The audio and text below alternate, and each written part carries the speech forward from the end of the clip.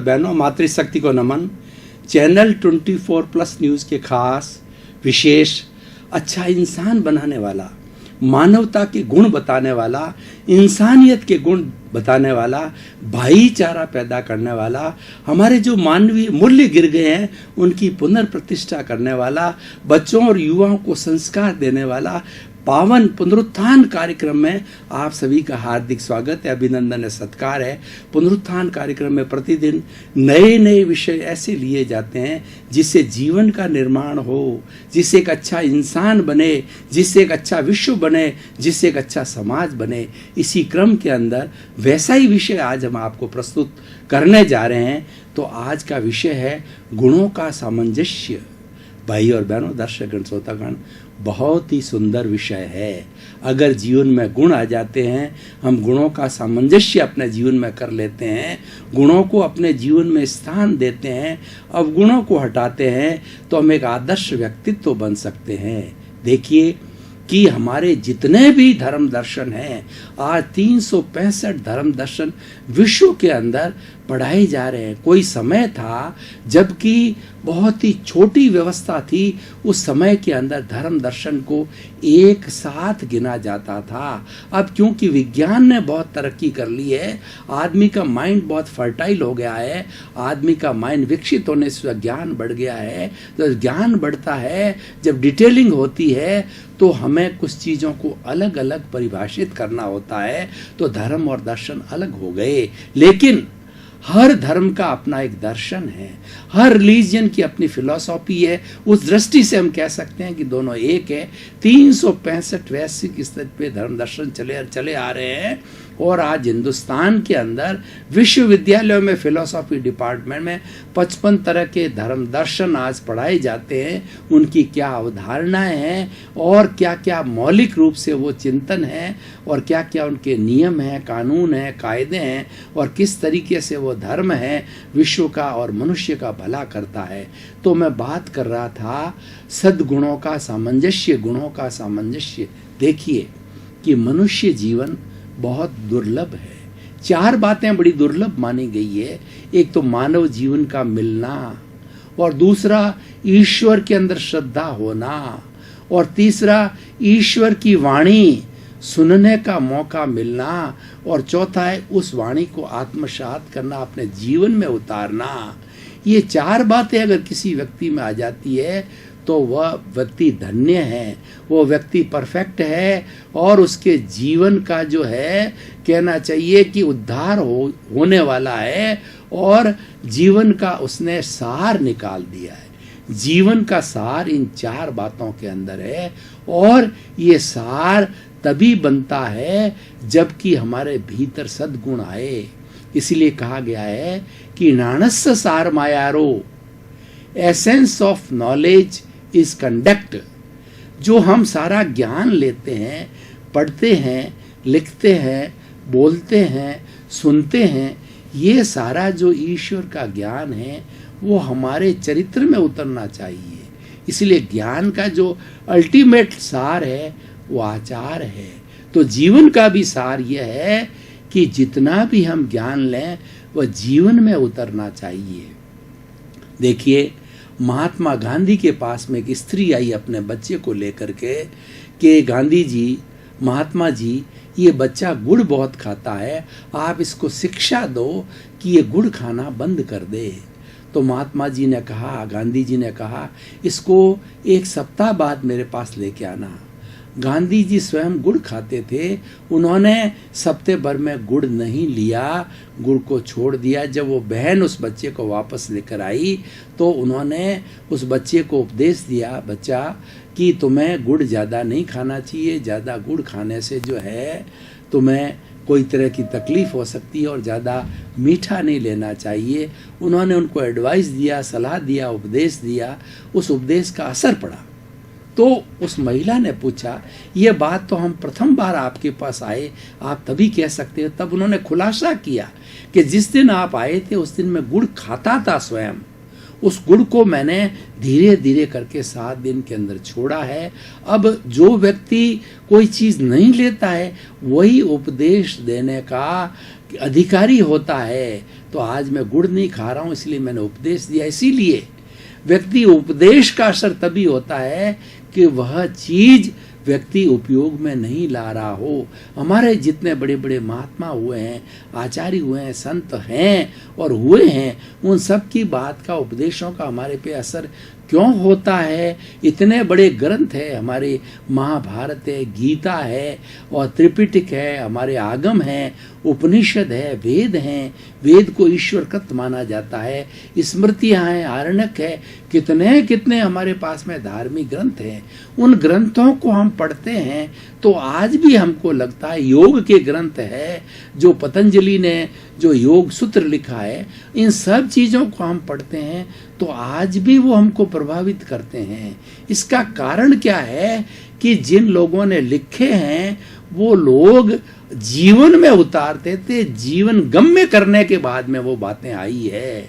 तो हमारे संस्कृति का आधार भी यही है कि पहले सद्गुणी बनो, पहले अवगुणों को दूर करो, और जो अवगुणों को दूर करते जाएंगे त्यों त्यों आपके भीतर, आपकी आत्मा में, आपके जीव के अंदर गुणों को स्थान मिलता जाएगा और गुणों की संख्या परसेंटेज बढ़ती जाएगी।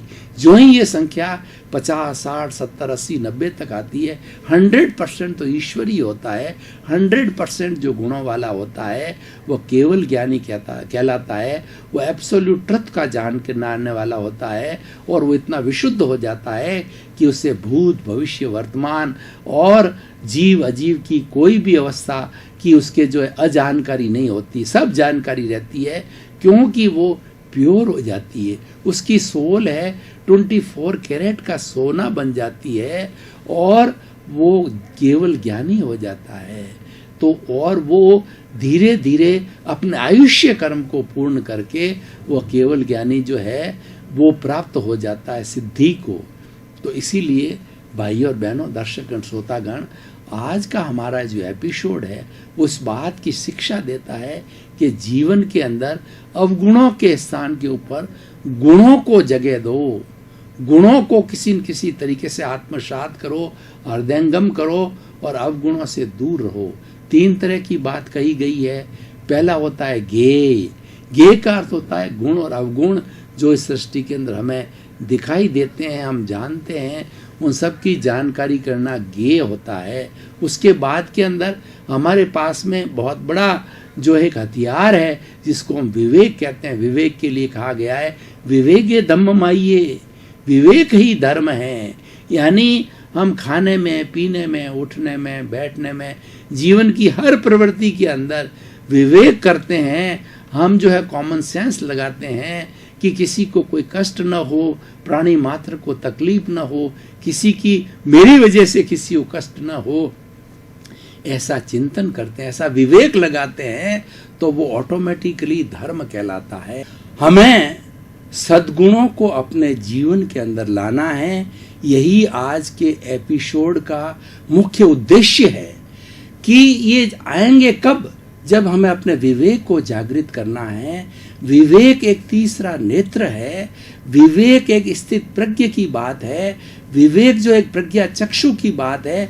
जब ये जागृत हो जाता है तो हम बुराई को छोड़ने लग जाते हैं और अच्छाई को ग्रहण करने लग जाते हैं। जब ये अच्छाई ग्रहण होते होते हमारे जीवन के अंदर शामिल हो जाती है तो बुराइयों की तरफ से हमारी मुख मोड़ लेते हैं हमें और हम एक अच्छा जीवन यापन कर लेते हैं। तो आज का हमारा जो विषय है कि गुणों का सामंजस्य जीवन के अंदर होना चाहिए। और जैसा कि आज हमने बताया कि आज सिनेरियो के अंदर अवगुण के अंदर जो वर्तमान का हमारा परिप्रेक्ष्य है उसके अंदर अवगुण बहुत ज़्यादा आ गए हैं, क्योंकि व्यक्ति की सोच बदल चुकी है। हमें अपने सोच के माइंडसेट को ठीक करना है और वो ठीक कब होगा, जबकि हमारा चिंतन सही होगा। हमारा भारत वही है जो कि आज से पहले था और आगे भी वही वो रहने वाला है। कुछ भी नहीं बदला है, लेकिन मनुष्य का चिंतन बहुत बदल गया है। मनुष्य के चिंतन के अंदर अवगुण बहुत आ गए हैं और गुणों की कमी हो गई है। इसी कारण से एपिसोड के माध्यम से निवेदन किया जा रहा है, शिक्षा दी जा रही है, उपदेश दिया जा रहा है, गाइडेंस दिया जा रहा है कि जीवन के अंदर गुणों को अपनाएं और अवगुणों को छोड़ें। और दूसरी बात ये होती है कि हम गुण कैसे प्राप्त कर सकते हैं, ये बहुत बड़ी मुख्य बात है। ये हमने सिद्धांत की तो बात कही, लेकिन हम प्रैक्टिकल बात करें तो जीवन में गुण कैसे आए। जीवन में गुण आने के लिए हमें अपने अवगुणों को देखना पड़ेगा। वो अवगुण हैं, हमारे भीतर गुण को स्थान आने नहीं देते हैं। बुरे व्यक्ति होते हैं, वो बुरे व्यक्ति की इतनी संगत खराब होती है कि कोई सज्जन व्यक्ति आ जाता है, उसकी बात को महत्व नहीं देते हैं और महत्व न देने के कारण उसकी सुनते भी नहीं है, क्योंकि सारी बटालियन है वो दुर्गुणों की है, वो दुर्जन व्यक्तियों की है। उसके बीच के अंदर सज्जन व्यक्ति आता है और उसकी भले की बात कहने लग जाता है, और धीरे धीरे धीरे धीरे जब उसका माइंड सेट बदलता है तो उनके समझ में आती है कि हम तो अपनी लाइफ को खराब कर रहे हैं। ये लाइफ को हम खराब क्यों करें जबकि हमको अच्छा जीवन मिलता है। हमें तो जीवन जीना है, हम दुर्गुणों के साथ भी जी सकते हैं, गुणों के साथ भी जी सकते हैं। तो हमें दुर्गुणों के साथ जीवन जीने से फायदा क्या है, लाभ क्या है? लाभ तो हमें इस बात का है कि हम सदाचारी रहेंगे और जीवन के अंदर जो है गुणों को स्थान देंगे। तब व्यक्ति अगर चला भी जाएगा तो उसके पीछे उसकी महक छोड़ के जाएगा। लोग उसको इस रूप में रहेंगे कि बड़ा गुणी व्यक्ति था, उसने समाज को बहुत दिया, समाज को उसने जो कुछ भी ग्रहण किया, अच्छा ज्ञान दिया, वो लोगों के बीच के अंदर बांटा। देखिए, मनुष्य के अंदर परिवर्तन लाने के लिए उसके माइंड सेट को बदलना होता है, उसकी सोच को बदलना होता है, उसकी नज़रिए को बदलना होता है। इसलिए कहा जाता है कि नज़र बदल दीजिए, नज़रिया बदल जाएगा। मतलब जो रॉन्ग बिलीफ है उसको राइट बिलीफ के अंदर सेट करना पड़ता है। उसमें समय लगता है, लेकिन कोशिश की जाने के बाद से वो काम हो सकता है। इसलिए कहा भी गया है कि सुधरे व्यक्ति समाज व्यक्ति से राष्ट्र स्वयं सुधरेगा।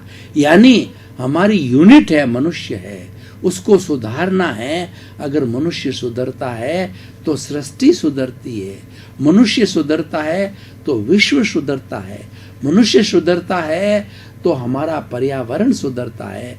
क्योंकि इस पर्यावरण की, इस सृष्टि की, इस कॉस्मोस की, इस विश्व की सबसे इम्पोर्टेंट इकाई है वो मनुष्य है। उसके अंदर अच्छे गुणों का संचरण कर लिया जाता है तो अच्छा मानव बन जाता है, वो एक रोल मॉडल बन जाता है, वो एक अनुकरणीय बन जाता है। आजकल हम भारत को देखें, राजनीति को देखें, को हमारे सामने लाल बहादुर शास्त्री जैसे, जवाहरलाल नेहरू जैसे, अटल बिहारी वाजपेयी जैसे और मोरारजी देसाई जैसे ऐसे व्यक्तित्व तो नहीं हैं। हम किसको फॉलो करें? आज हमें सौभाग्य से जो है वो हमें जो है नरेंद्र भाई मोदी मिले हैं, वो अनुकरणीय हैं, क्योंकि उनके जीवन में गुण ज़्यादा है, अवगुण कम है, इसीलिए उनको फॉलो किया जा सकता है। तो ऐसे व्यक्ति अगर हमारे समाज में, हमारे देश में, हमारे विश्व में ऐसे लोगों की संख्या बढ़ जाएगी तो विश्व जो है एक स्वर्ग बन जाएगा, विश्व जीने लायक बन जाएगा। आज हमारा विश्व जीने लायक नहीं है, आज घुटन महसूस होती है। हम अपने परिवार में भी घुटन महसूस करते हैं, समाज में भी घुटन महसूस करते हैं। जहाँ भी जाते हैं हमको लगता है कि एक दूसरे की क्रिटिसाइज हो रही है, एक दूसरे की टांग खिंचाई हो रही है, एक दूसरे को घृणा के भाव हो रहे हैं, एक दूसरे से प्रतिस्पर्धा करके गिराया जा रहा है। ये चीज़ें सब अवगुणों के कारण होती है। अगर व्यक्ति के अंदर जो है तीसरा नेत्र प्रज्ञा चक्षु का होता है, गुणग्राही होता है, तो वह दूसरों के गुण ग्रहण करेगा और अपने अवगुण को देखेगा। इसीलिए कहा गया है कि अपने अवगुणों को देखो, और दूसरे गुणों को ग्रहण करो। दूसरों के अवगुण को नहीं देखना है, अवगुण तो खुद भरे पड़े हैं, उसका तो हमें शुद्धिकरण, वो गंदगी तो भरी पड़ी है और हम दूसरों से गंदगी ला करके अपने भीतर भरते रहेंगे तो फिर हमारे जीवन का सार क्या है? वेस्टेज ऑफ टाइम है, जीवन यूं ही चला जाएगा। और ये मनुष्य जीवन वापस मिले या ना मिले, ये मनुष्य जीवन है भीतर की शुद्धि करने का है, अपने अवगुणों को देखना है, अपने अवगुणों को धोने का है। 4 बातें आती है, सामायिक आलोचना, प्रतिक्रमण, प्रत्याख्यान, जो कि गुणों से सामंजस्य के लिए बहुत बड़ा टिप्स है, बहुत बड़ी साधना है, बहुत बड़ा प्रयोग है।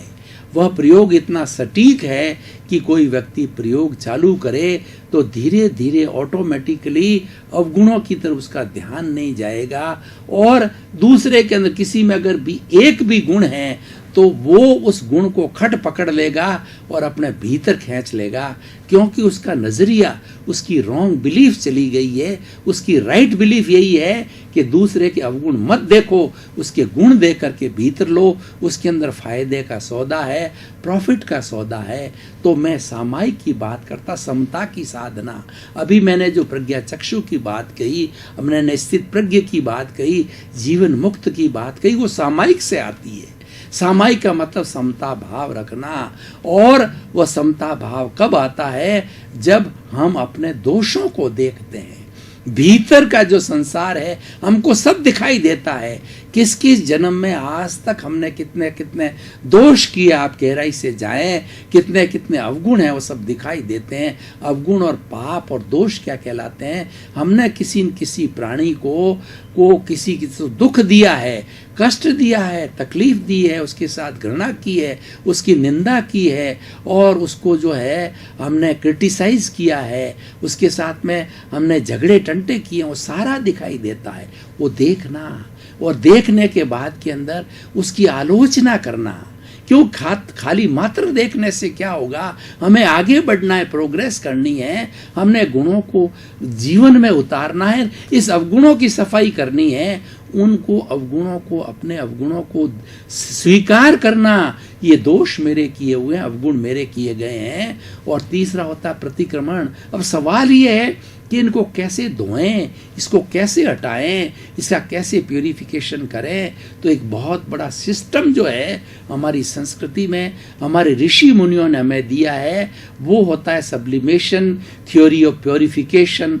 वो हम प्रायश्चित करें, अतिक्रमण का प्रतिक्रमण करो कि मेरे द्वारा गलती हुई है, आप क्षमा याचना करो। आप जाने अनजाने में जो कुछ भी किया है अपने भूलों को स्वीकार करो और ईश्वर से प्रार्थना करो, हे ईश्वर मैं पापी हूँ, मैंने बहुत पाप किए हैं, मैंने अवगुण किए हैं, मुझे क्षमा करो, क्षमा करो, क्षमा करो। और जितनी अव्याबाद आत्माएं जिनके साथ होता है उनकी आवाज़ आप तक जाती है, उनको बोलने की जरूरत नहीं, उनके भाव, आपके भाव उनके तक जाते हैं, वाइब्रेशंस पहुंचती है। तो वो किसी को कष्ट न देने वाली होने की वजह से वो आपको माफ़ कर देती है। तो ये प्रतिक्रमण हो गया। उसके बाद में प्रत्याख्यान हो गया, आपने भीतर की शुद्धि की, अवगुणों को शुद्ध किया, लेकिन फिर न भरे जाएं। जो आज का एपिसोड है कि हमें सद्गुणों का सामंजस्य करना और अवगुणों को नहीं भरना है, उसके लिए संकल्प लेना है, ईश्वर से शक्ति मांगनी है कि हे मेरे परमपिता परमेश्वर, भीतर विराजमान शुद्ध आत्मा भगवान, मुझे शक्ति दो कि मैं अवगुण फिर से स्वीकार न करूं, अवगुण फिर से स्थान न दूं, दूसरों के गुण देखता रहूं, दूसरों के अवगुण देखने की जो मेरी दृष्टि है उसको समाप्त कर दो, उस दृष्टि के कॉर्नर को बंद कर दो। मुझे किसी में गुण ही गुण दिखाई दे वैसी दृष्टि मुझे दे दो। मेरी जो रॉन्ग बिलीफ है कि दूसरे के अवगुण देखने की, रॉन्ग बिलीफ को हे ईश्वर समाप्त कर दो। आप में ताकत है समाप्त करने की, और मैं संकल्प लेता हूँ कि वो फिर से मैं अवगुण भीतर नहीं लाऊं। तो भाई और बहनों, दर्शक श्रोतागण, निष्कर्ष की भाषा में मैं कहना चाहूँगा कि आज का जो एपिसोड है, आज का जो विषय है, इतना सटीक है, इतना समसामयिक है और इतना उपयोगी विषय है कि व्यक्ति अपने जीवन के अंदर गुणों को स्थान दे, जीवन के अंदर गुणों का सामंजस्य बिठाए। जिस तरह से व्यक्ति अवगुणों का सामंजस्य बिठाता है, हिंसा करता है, अपराध करता है, और दूसरा क्या है कि वो तिरस्कार करता है, वो घृणा करता है, उसके स्थान पर इसका जो प्रतिपक्ष है उसको जनरेट करो। और जनरेट करने के लिए ईश्वर से भीतर विराजमान शुद्ध आत्मा भगवान से हर वक्त शक्ति मांगो कि मुझे ऐसी शक्ति दो, जागृति दो कि मेरे भीतर जो विराजमान जो अशुद्ध भावनाएं हैं उनको धीरे धीरे मैं दूर करके उसकी जगह शुद्ध भावों को रखूं। शुद्ध भावों का मोल होता है। मनुष्य और ईश्वर में फर्क क्या है कि ईश्वर हमेशा शुभ भावों में रहता है, हर एक के कल्याण की बात सोचता है, और मनुष्य है कि जो अच्छा सोचने लग जाता है वो कल्याणकारी बन जाता है, बुरा सोचने लग जाता है वो अपराधी होता है, और अपराधी होता है वो जीवन में अवगुणों को स्थान दे देता है। और जो व्यक्ति साधक व्यक्ति होता है, ईश्वर प्राणिधान करता है, उसको मृत्यु से भय है, उसको ईश्वर से भय है, तो वो गुणों को स्थान देते देते वो गुणी बन जाता है, सदाचारित बन जाता है, चरित्रवान बन जाता है। दर्शकगण, श्रोतागण, भाई और बहनों, आप पुनरुत्थान कार्यक्रम देखते रहिए और अपने साथियों को प्रेरणा दीजिए कि पुनरुत्थान कार्यक्रम 7:30 से 8 बजे तक शाम को आता है चैनल 24 पे। सभी देखो, बच्चे देखो, बड़े देखो, युवा देखो, बुजुर्ग देखो, महिलाएं देखो, युवती देखो। आप पाओगे कि सबके लिए कुछ न कुछ खुराक दी जा रही है। सभी वर्ग के लोगों के लिए, चाहे श्रमिक वर्ग हो, चाहे जज हो, चाहे वकील हो, चाहे अफसर हो, सभी के लिए इसमें खुराक दी जाती है। आप देखते रहिए, आपका जीवन आनंदमय हो, मंगलमय हो, शुभमय हो, शतायु हो, दीर्घायु हो, और आप खूब समाज की सेवा करें, परोपकार करें। यही जीवन का सार है। इस जीवन के सार को निकालें। आपके प्रति मंगल।